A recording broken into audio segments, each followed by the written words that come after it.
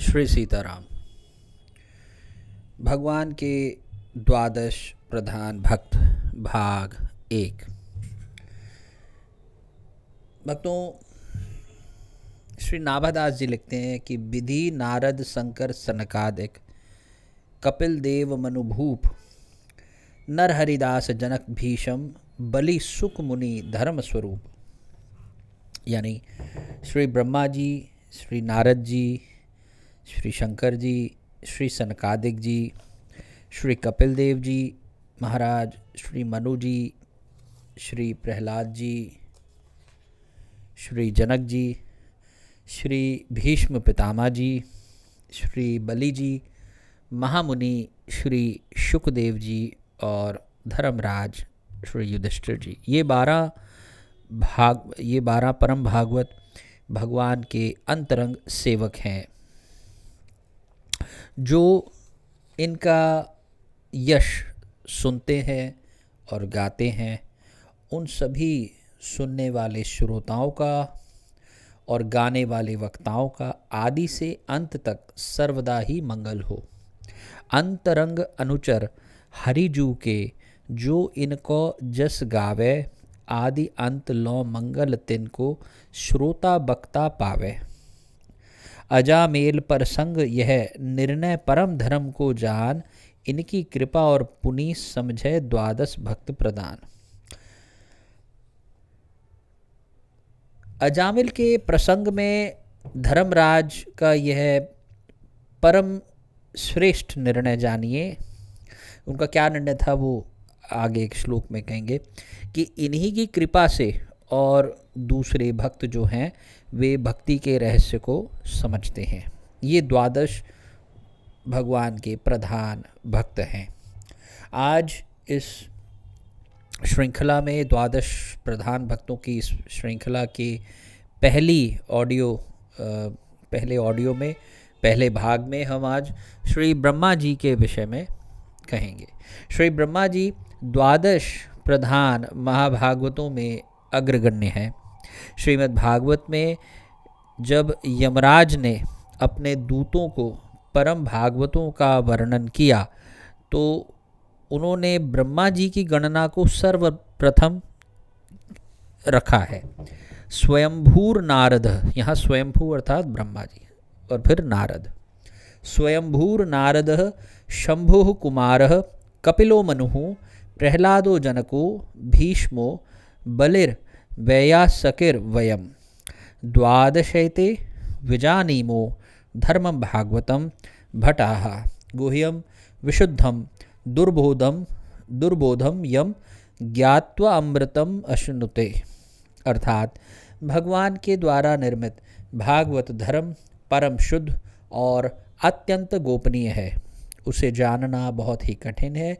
जो उसे जान लेता है वह भगवत स्वरूप को प्राप्त कर लेता है। हे दूतों, भागवत धर्म का रहस्य हम 12 व्यक्ति ही जानते हैं। ब्रह्मा जी, देवर्षि नारद जी, भगवान शंकर जी, सनत कुमार जी, कपिल, स्वयंभु मनु, प्रहलाद, जनक, भीष्म पितामह, बलि, शुकदेव और मैं धर्मराज।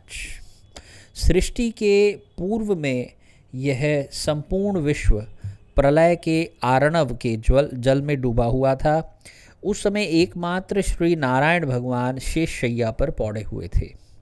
सृष्टि काल के आने पर भगवान नारायण की नाभि कमल से एक परम प्रकाशमय कमल प्रकट होता है और उस कमल से साक्षात वेद मूर्ति श्री ब्रह्मा जी प्रकट होते हैं। उस कमल की कर्णिका में बैठे हुए श्री ब्रह्मा जी जब कोई लोग नहीं देख पाते तब वे अपनी आँखों को आकाश की ओर चारों ओर देखते हैं, आकाश में गर्दन घुमाते हैं और ऐसा देखने पर, ऐसा घुमाने पर उनके 4 दिशाओं में 4 मुख हो जाते हैं। आश्चर्यचकित श्री ब्रह्मा जी कौतूहलवश कमल के आधार का पता लगाने के लिए उसी कमल की नाल के सूक्ष्म छिद्रों में होकर उस जल में प्रवेश कर जाते हैं, परंतु दिव्य सहस्र वर्षों तक प्रयत्न करने पर भी उन्हें कुछ भी पता नहीं चलता, और कुछ भी पता ना मिलने पर अंत में वे अपने विफल मनोरथ हो जाने पर वे पुनः कमल पर ही लौट आते हैं। तदनंतर एक अव्यक्त वाणी के द्वारा उन्हें तप करने की आज्ञा मिलती है, और वह आज्ञा पाकर ब्रह्मा जी एक सहस्र दिव्य वर्षों तक एकाग्रचित्त कठिन तप में लग जाते हैं। उनकी तपस्या से प्रसन्न होकर भगवान ने उन्हें अपने लोक का एवं अपना दर्शन उनको अपना कराते हैं। सफल मनोरथ श्री ब्रह्मा जी ने अपना जो है, जब उनका मनोरथ सफल होता है, यानी भगवान का जब उनको दर्शन होता है, तो वे भगवान की स्तुति करते हैं। भगवान उन्हें भागवत तत्व का 4 श्लोकों में उपदेश देते हैं, जिसे हम चतुश्लोकी भागवत भी कहते हैं। यही चतुश्लोकी भागवत, यही 4 श्लोक, इनका उपदेश देकर भगवान कहते हैं कि ब्रह्मा जी, अब आप अविचल समाधि के द्वारा मेरे इस सिद्धांत में पूर्ण निष्ठा कर लीजिए। इससे आपके कल्प कल्प में विविध प्रकार की सृष्टि रचना करते रहने पर भी आपको कभी मोह नहीं होगा। फिर भगवान ने अपने संकल्प से ही ब्रह्मा जी के हृदय में संपूर्ण वेद ज्ञान का प्रकाश करा दिया। यथा तेने ब्रह्म हृदया य आदि कव्ये मुह्यंति यत् सूर्य। भगवान ने अपने संकल्प से ही ब्रह्मा जी को उस वेद ज्ञान का दान किया, जिसके संबंध में बड़े बड़े विद्वान लोग भी मोहित हो जाते हैं। कालांतर में श्री नारद जी की सेवा से संतुष्ट होकर श्री ब्रह्मा जी ने उनको चतुश्लोकी भागवत तत्व का उपदेश किया। यानी कि जो चतुश्लोकी भागवत भगवान नारायण ने ब्रह्मा जी को कही, वही चतुश्लोकी भागवत ब्रह्मा जी नारद जी को कह रहे हैं, और देवर्षि नारद जी ने वह तत्व ज्ञान भगवान वेद व्यास जी को सुनाया, और वेद व्यास जी ने उसी तत्व ज्ञान को उसी 4 श्लोकों से 18,000 श्लोकों में श्रीमद् भागवत महापुराण की रचना की, और उसे शुकदेव जी को उन्होंने पढ़ाया।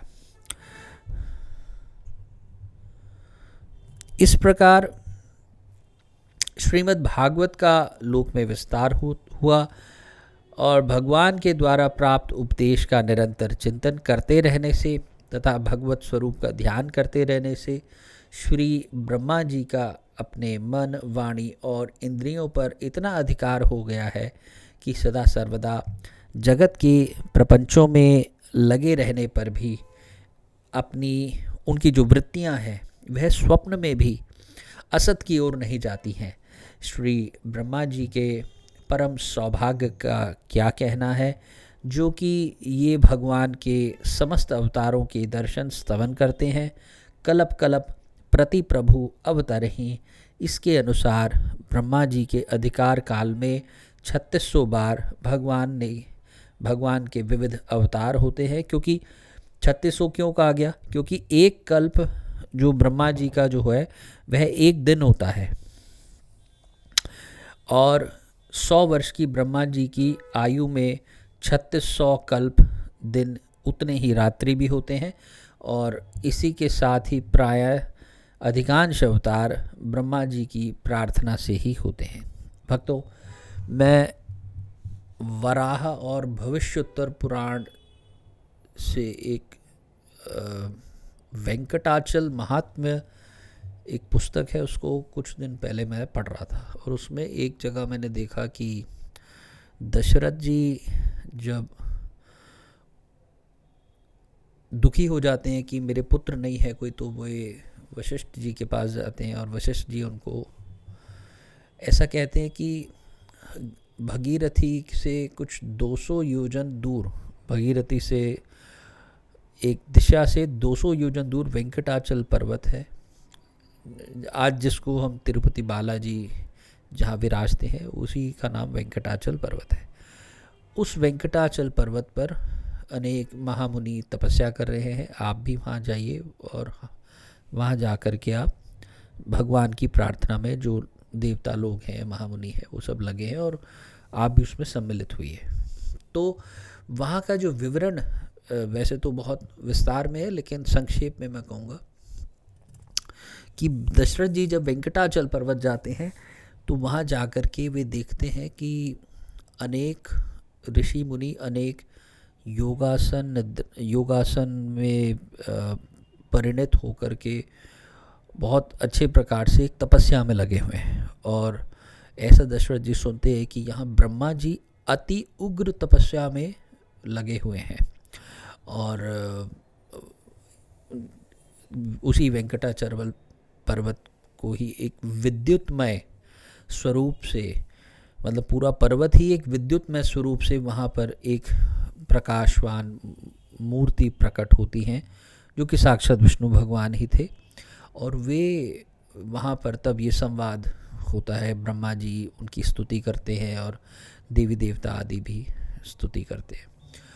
और जो प्रसंग रामचरितमानस में भी आता है कि देवता लोग ब्रह्मा जी की शरण में जाते हैं, धरती एक गाय का स्वरूप धर के देवताओं के पास आती है और देवता लोग ब्रह्मा जी की शरण में जाते हैं और उनसे प्रार्थना करते हैं कि हम रावण के जो अत्याचार है उनसे हम बहुत ही दुखी हैं, इसलिए आप हमारे को जो है भगवान जो है हमारे लिए अवतार धारण करें, उस रावण का राक्षसों का संहार करें। वहीं दशरथ जी भी ये सब देखते हैं और दशरथ जी भी समय पा कर के विष्णु भगवान से ही प्रार्थना करते हैं कि मेरे कोई संतान नहीं है और आप मेरे यहाँ पुत्र रूप में आइए या अपने जैसे संतान दीजिए। तो भगवान पहले तो कहते कि आपने बहुत, आपके अपने कर्मों का फल है, आपने बहुत पाप किए, इसमें मैं क्या करूं। तब दशरथ जी उनसे कहते हैं कि जिस प्रकार सूर्य के उदय होने पर अंधकार दूर हो जाता है, तो ऐसे ही आपके उदय पर होने पर मेरे जन्म जन्मांतर के पाप भी दूर हो गए, तो इसलिए आप मुझ पर कृपा करें। और 4 लोकों में दशरथ जी स्तुति करते हैं भगवान की और उन 4 श्लोकों से स्तुति से भगवान प्रसन्न होकर के वर देते हैं कि आपने 4 श्लोकों में मेरी स्तुति की, मैं 4 स्वरूप में आऊँगा आपके ग्रह में और जो पुत्र होंगे मेरा ही स्वरूप होंगे चारों, और रावण का विनाश करेंगे। और यह बोलकर फिर बाद में दशरथ जी वापस अयोध्या भी लौट आते हैं।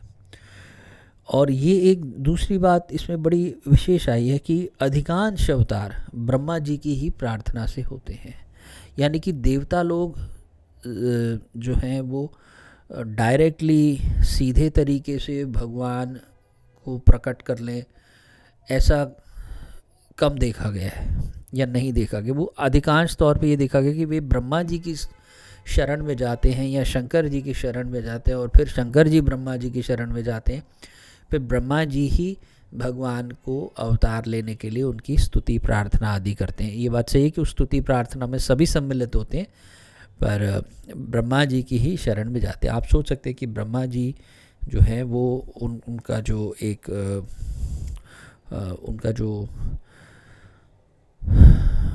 स्वरूप है और उनका जो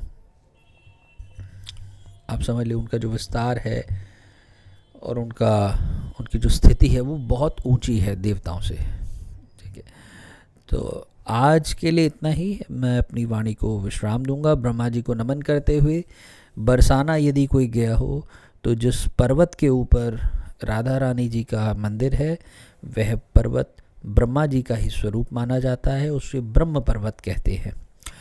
और पुष्कर तीर्थ भी आपने सुना होगा, वहाँ भी ब्रह्मा जी का मंदिर है।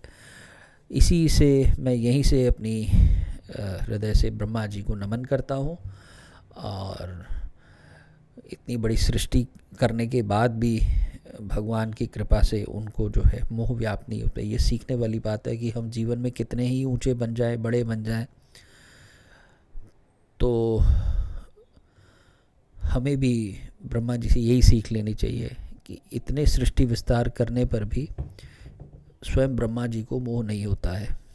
और यही सीखने की बात है जो हम अपने जीवन में उतार सकते हैं। इसी के साथ अपनी वाणी को विश्राम दूंगा और अगले भाग में श्री नारद जी का प्रसंग करेंगे हम, जो कि द्वादश प्रधान भक्तों में द्वितीय प्रधान भक्त हैं। तब तक के लिए जय जय श्री सीताराम, जय जय श्री सीताराम।